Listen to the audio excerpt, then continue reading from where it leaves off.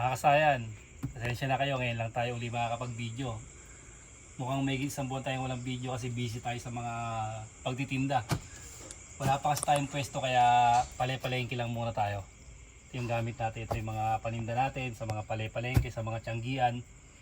Pero pagka may nakuha tayong pwesto, may shop na tayo, sigurado araw-araw tayo may video. Simple yung video natin kasi tungkol sa naghahanap ng mga sprocket kasi nagliligpit tayo rito, nag-aayos tayo ng mga paninda, no? Kaya meron tayong mga set na sprocket. Bali yung i-share natin dito yung mga naghahanap ng Euro 125, 150, 175. Kasi hindi siya pwede ng mga pang TMX. Mga pang TMX, pang Rusi, pang Motorstar, hindi po pwede yung ano niya, yung sprocket niya.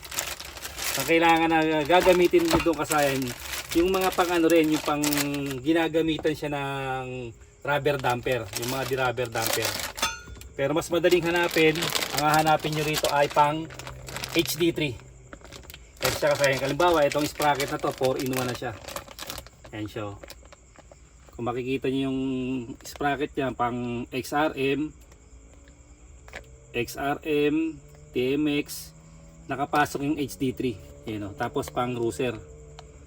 Pang Ruser siya, wa. Etong HD3, ito yung kamukha ng ano, kamukha ng pang Euro 125, 150, 175. Bali pag bibili kayo ng sprocket niya, sabihin niyo nga pang HD3. Kung hindi naman pang HD3, pwede rin pang X4.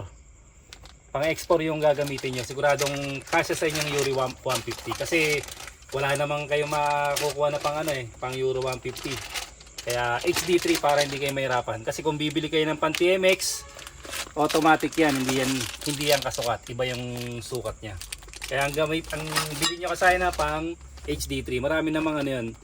Marami namang teeth na iba't iba, no. Halimbawa ito 42 teeth. Ayan siya. Tapos ito namang isa natin 38.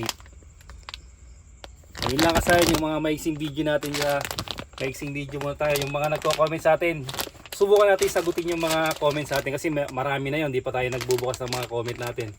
Kaya sasagutin natin yun. At yung iba, kung magagawa natin ng video, gagawin natin ng video. Hanggang dito lang mga kasayan. Salamat sa panonood.